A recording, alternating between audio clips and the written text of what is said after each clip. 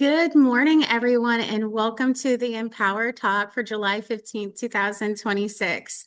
My name is Katie Givens, and I serve as the Executive Director for the Kansas Breastfeeding Coalition. We're excited to welcome you here today for this emPOWER session. These series provide focused learning opportunities to design and empower and support all of you in the work that you do supporting breastfeeding families.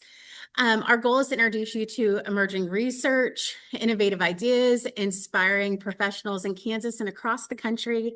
Each session will provide a brief introduction to key topics and resources that you can explore more deeply on your own after the session. I'd like to introduce the KBC team. We have Amy Trellinger with us. She serves as our communications coordinator, and she helps make these events run smoothly for us. And also Carmen Valverde, she's our program coordinator and is going to be monitoring the chat through the session today. So it's my pleasure to introduce Dr. Samantha Steed.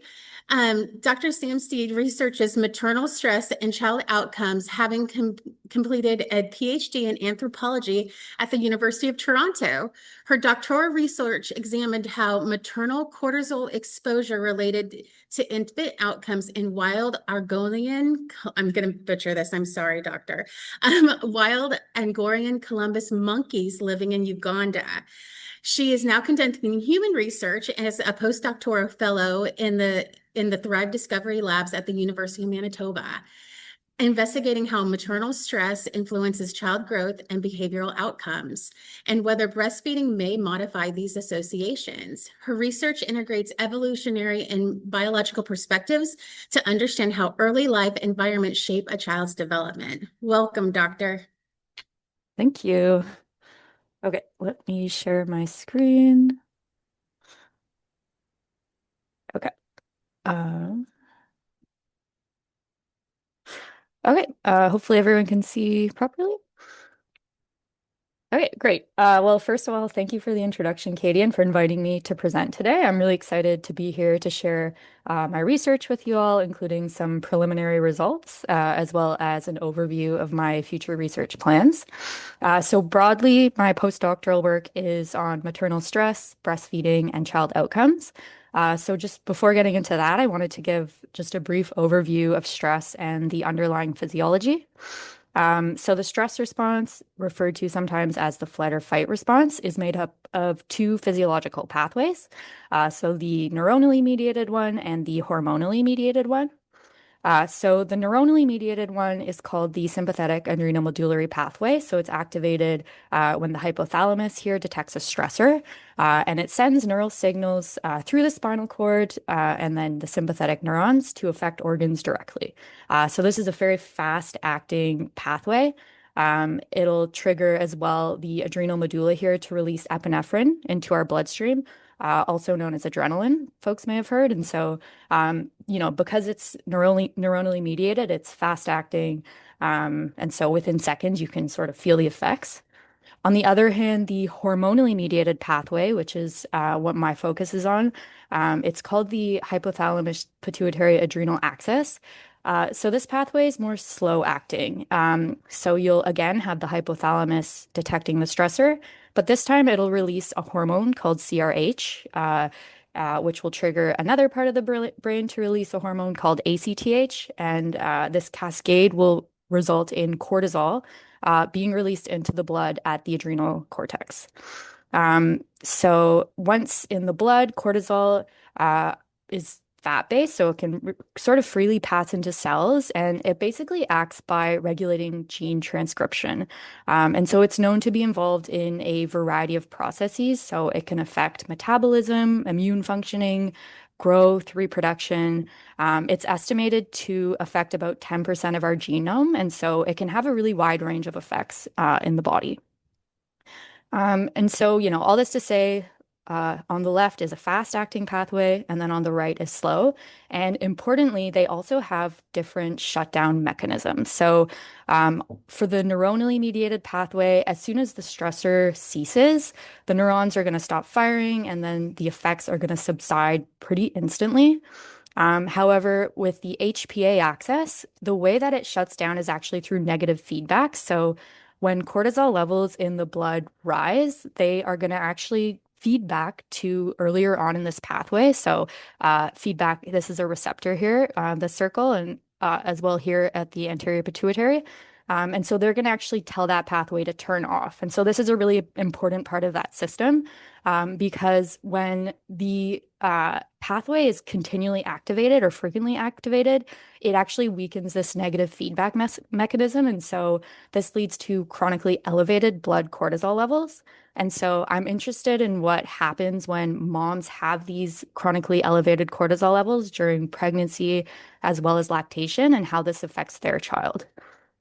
And so I just wanted to briefly mention that there's these two types of stressors. So um, that we've categorized into these two groups, so physical and psychological. So on the left, there's some examples, and these are very much like direct physical stressors that you might expect. And it doesn't need to be a negative thing. So exercise can also be a stressor that requires more energy, and so cortisol is going to metabolize that glucose in the blood, get your heart pumping faster, et cetera. Whereas on the right here, we see psychological stressors. And so these are more thought to, enable the body to meet a perceived challenge that might arise. So, it could tell your body to release glucose into your bloodstream, sort of anticipating a stressor. And so, some examples would be well, here, public speaking, what I'm doing right now. I didn't have a negative experience, but, someone who did, their body might trigger this response. And in that case, it's, maybe not a helpful response. And so this is what we see a lot with humans. We experience a lot of these sort of anticipatory stressors. We hear a lot about how, there hasn't been enough time for evolution to have caught up to the costs of like a Western diet, high fat, high sugar. But this is very similar to evolution not having time to catch up, sorry, with the, social complexity and the psychological stress that we're experiencing right now. And so this is why we're having these really high levels of anxiety and depression. And so, an important point I really want to emphasize is that although cortisol is often referred to as this quote unquote stress hormone, and it's true, I just said, we do experience this rise in cortisol in when we experience stress, but it's also important in day-to-day functioning. So, every morning when you wake up, you experience an increase in cortisol levels, and this gives your body the energy it needs to move from this sleeping state to a waking state. Similarly, cortisol is also important during fetal development. And so it's known to be important for several developmental processes that prepare the fetus for life after birth. And this is especially true during the latter part of pregnancy. So it helps promote the maturation of organs such as the lungs, the GI tract, the liver, and importantly, the brain. And so, as an example, clinically, mothers who are at risk of preterm birth are often treated with synthetic cortisol, and this helps accelerate their fetal lung development, giving them a better chance of survival after birth. Uh, the developing fetal brain, there are lots of cortisol receptors in the brain that help regulate the HPA axis that I was describing earlier, particularly in the hippocampus, the amygdala, and the prefrontal cortex. And so altered exposure to cortisol levels during fetal development can influence the connectivity and the size of these structures, ultimately affecting the HPA axis, this hormonally driven pathway in the child.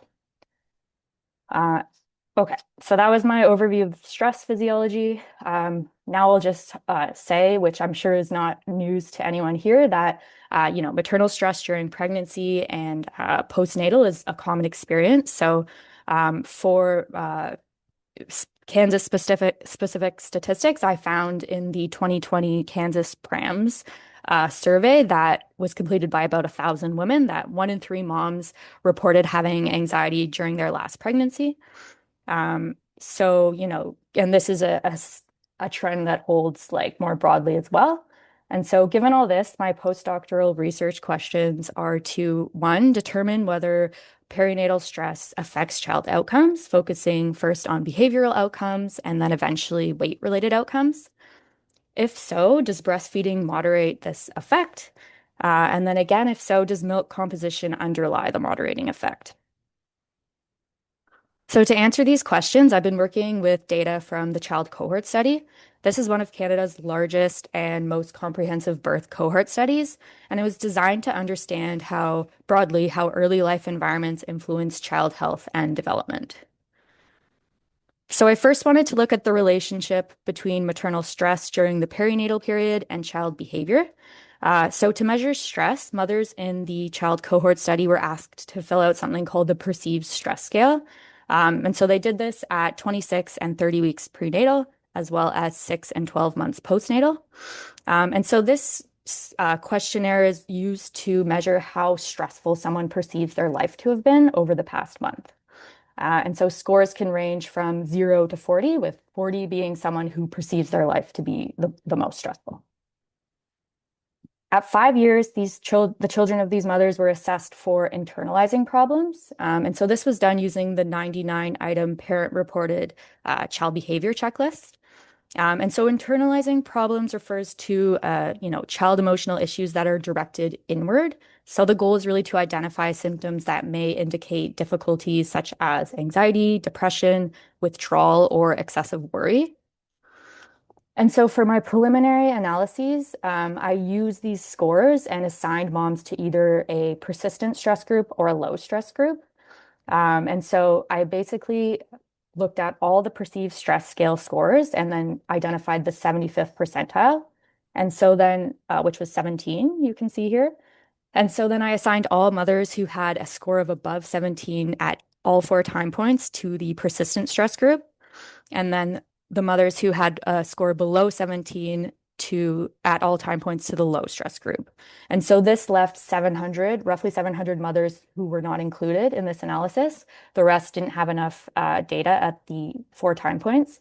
But down the road, I will be including these in an analysis using trajectories that I'm building for stress. But for now, preliminary analysis, I'm just looking at sort of the extremes.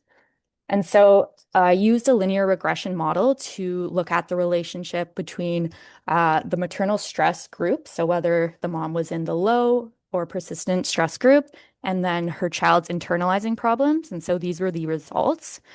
So the red lines indicate a significant relationship. So here at the top, you can see this red line here is showing that compared to moms in the low stress group, children of moms in the persistent stress group were more likely to have or to have more internalizing problems. And so that was one of the findings. On the lower down here, you can see that both exclusive and partial breastfeeding were associated with less behavioral problems.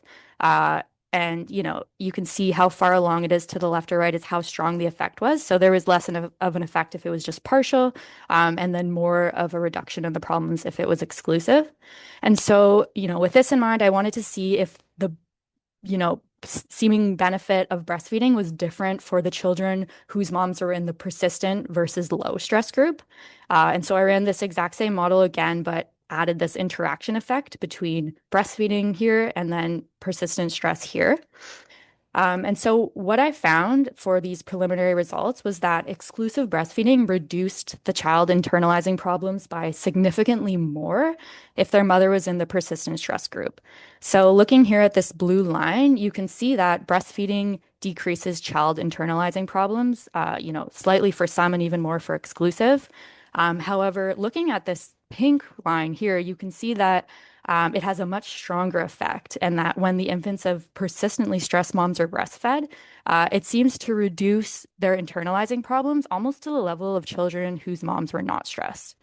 And so again, I'll emphasize these are just preliminary results. I've identified these like very extreme groups, and I'm going to be accounting for the other 700 that I've excluded. But I think this is interesting because it really points to the importance of looking at the effects of breastfeeding in different groups of people. Because looking at just these low stress moms, we might not be aware of the magnitude of the benefits of breastfeeding on child behavior. So in terms of next steps, I'll be building stress trajectories rather than these two discrete groups, and then looking at relationships with all the variables I just showed.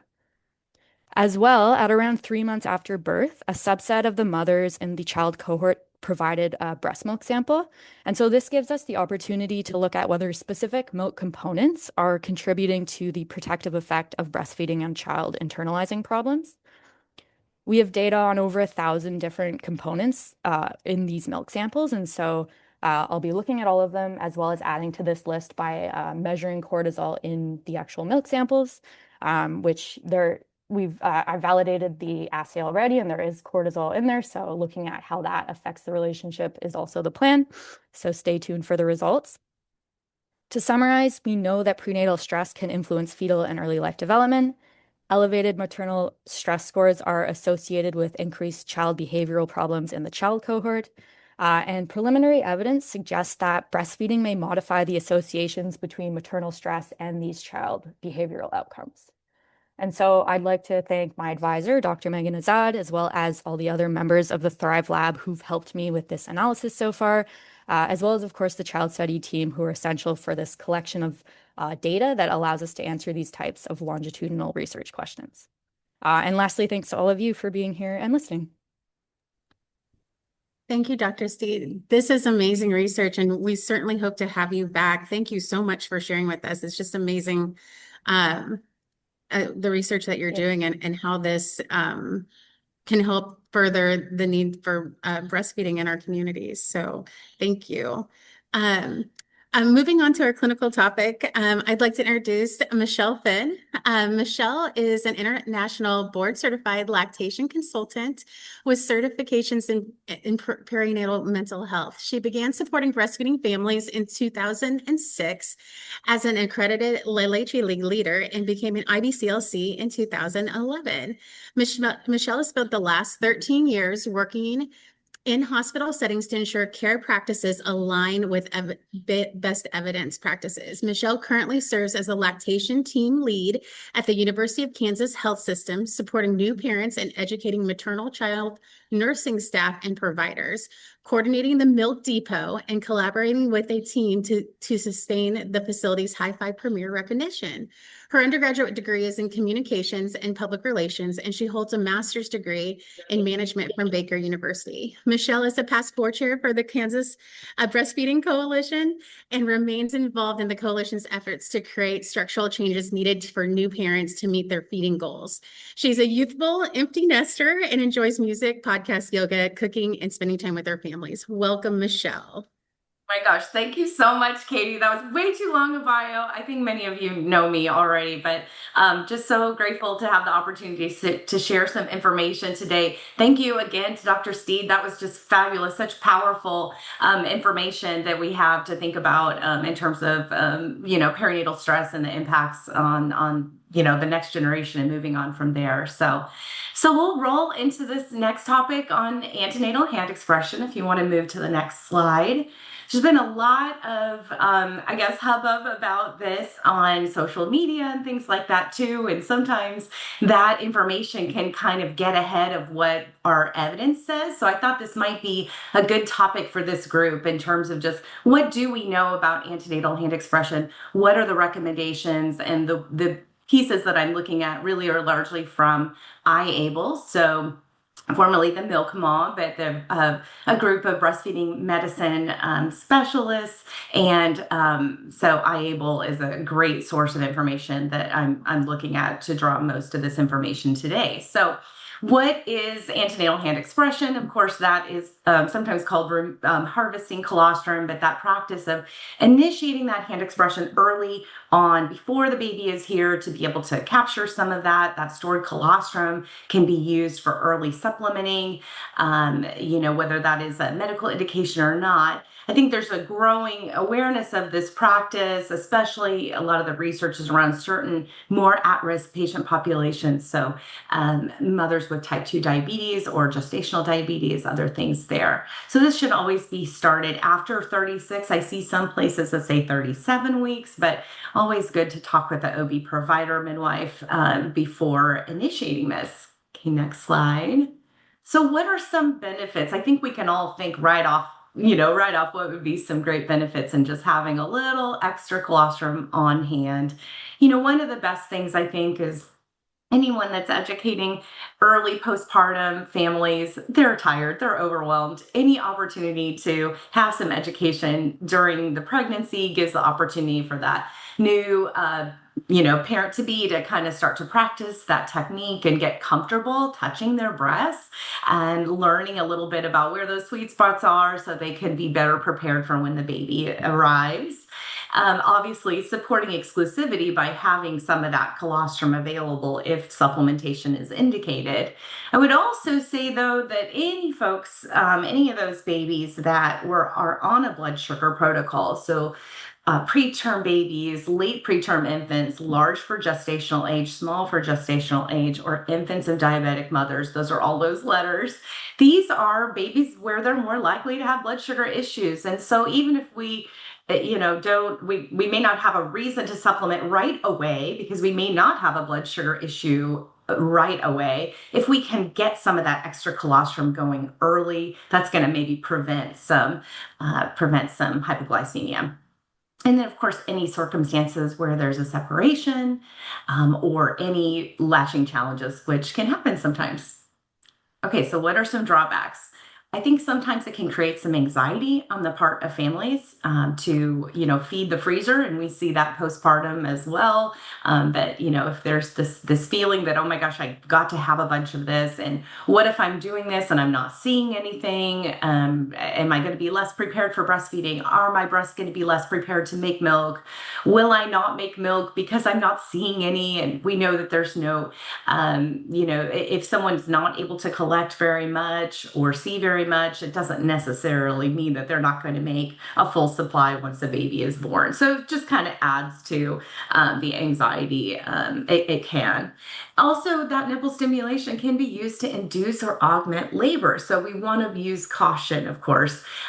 Folks who are doing this too much or not stopping, if they're noticing a lot of contractions, that can bring on labor. That may or may not be something we want to do at the gestational age that she is at. So I've also seen just in practice, this is just kind of like what I've seen. Sometimes folks come in with a bunch of colostrum, and that's awesome. Maybe they've had a rough delivery, maybe they've hemorrhaged, maybe they're just super tired, various things going on. A lot of times these babies get a lot of that colostrum, and then that means less stimulation to the breast if we're not doing some more hand expression or pumping, if that baby isn't coming to the breast in those early days. So what could be the impact there if we're having less stimulation in those really, that critical window of those early days. And then commercialization, this is always a bugaboo for me. Anytime companies find a way to make money selling these kits for colostrum harvesting that honestly are overpriced, and plain old syringes will do just fine.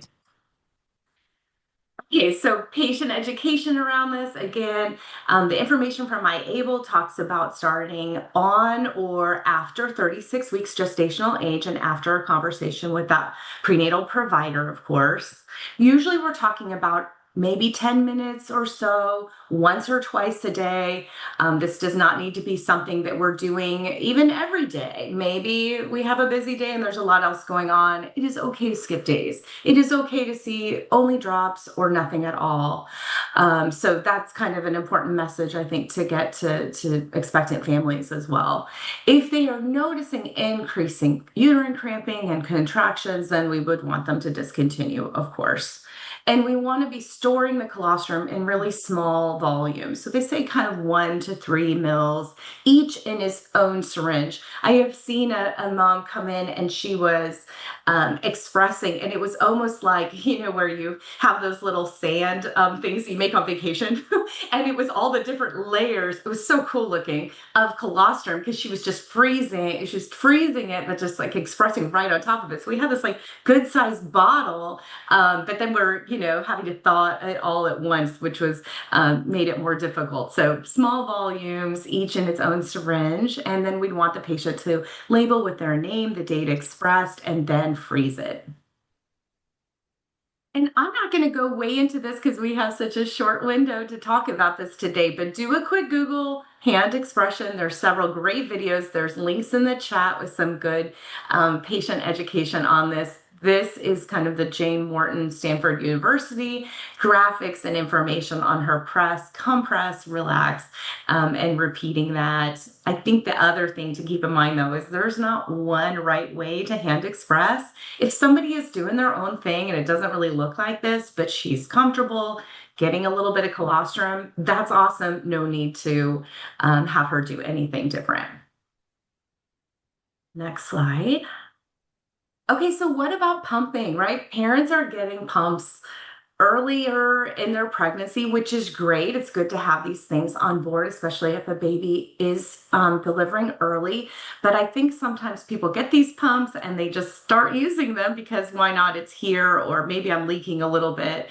And while we may or may not be seeing harms related to that, the Academy of Breastfeeding Medicine is discouraging use of the breast pump during pregnancy. I think we just don't have enough research on it, and there's really not a lot that's known about safety and frequency and duration that we would recommend as far as pumping. It's kind of not really very physiologic to be expressing milk with a pump. Well, really at all, honestly, but especially during pregnancy, to be doing that, say, with the regularity that you would a term baby breastfeeding, say every 3 hours. So that would probably be something we want to discourage. Also, not being able to assess what's going on. I mean, I have seen folks come in, they've been pumping during labor or later in pregnancy with the wrong flange fits, with suction that's too high, pumping for too long. And there's nothing worse than having somebody come in with a brand new baby and their nipples are already torn up from use of a pump prenatally. So yeah, we're really talking about hand expression. And I think until we have more research, that's what we should be recommending as well. Next slide. Okay, so other considerations. Once that colostrum is thawed, we need to use it within 24 hours. That's the research we have from the CDC right now. So until anything changes on that front, we want to really be thoughtful about what we do with that colostrum. We want to keep it frozen. And because labor, or sometimes labor induction, in some cases, that can be kind of unpredictable. Sometimes you have a baby earlier. Sometimes you might not have a baby for another day or two. So we want to keep that colostrum frozen to reduce the likelihood of any waste. There is nothing more heartbreaking than somebody who has brought all this colostrum from home and then it gets thawed because it's left in a fridge and then it's like expired. I'm doing quotation mark fingers because it's just, is it really expired? Well, technically we really shouldn't use it, but it's probably fine. But that's just heartbreaking, right? As a mom to have that happen. So if you work in a facility where there is births happening, consider thinking about a protocol for management of that prenatally, antenatally expressed colostrum. And if you're working with families prenatally, encourage them to keep that milk frozen, bring it to the hospital, like in a cooler bag or something, and be very vocal about the need to keep it frozen, asking about hospital policies, because those things can really vary. And I think the next slide is just kind of an example from our facility. It's like a little pop-out link is what is here from our human milk handling and care procedure. So if that's helpful, I'm also always happy to chat with anybody who is kind of brainstorming workflow and figuring out how we implement this as we're seeing more and more folks bringing in colostrum prenatally. And that's about all I got with 2 minutes to spare. Hey, great job. You kind of talked about this already, so I'm sorry if this is repeat, but what if you had one thing for all of us to take away, what would be that, Michelle? You guys keep it frozen. Oh, keep it frozen, frozen. I guess. I don't know. I mean, I think knowing I'm speaking to a group that's knowledgeable generally about hand expression and the value of talking with families about things and educating families prenatally, but in terms of just that workflow and moms are learning to advocate for themselves and their babies in a hospital setting, sometimes for the first time, right? Just, if they're coming with that colostrum, hey, like telling that labor nurse, please keep this frozen, find a place to keep this frozen, is going to give her the best shot to be able to use it for her baby if she wants. Very good. Thank you so much, Michelle. I know this topic, and even some of the things that you were talking about with the contractions, and we've heard at different events and different section meetings just about this growing trend, but also trying to induce labor with it. Like we've just heard some different things. And so just appreciate this information and the resources of where to go directly versus some maybe not accredited or social media sites where mothers are getting information right now. So just really appreciate the resources. Thank you so much for sharing with us. And thank you, Dr. Steed, too. This has been amazing information today. And we just appreciate you guys all joining us. Our next emPOWER talk is going to be Wednesday, not October. Wow, I'm really advancing us, right? I'm looking forward to the conference, right? So August 19th at 9 o'clock, we will be together and we'll have Dr. Ann Manson and then Stephanie Kaufman join us for our topics. And we welcome you all back to this same space then. The Kansas Breastfeeding Conference is in October, on October 15th and 16th. There is a reduction in price thanks to our partner at KDHE. So for $79, you can attend both day and Friday will be free. And we just encourage you guys to come check out the KBC website for all of our resources and share with us if you're doing something for Breastfeeding Month in August. We hope you all have a great day. Thank you so much again.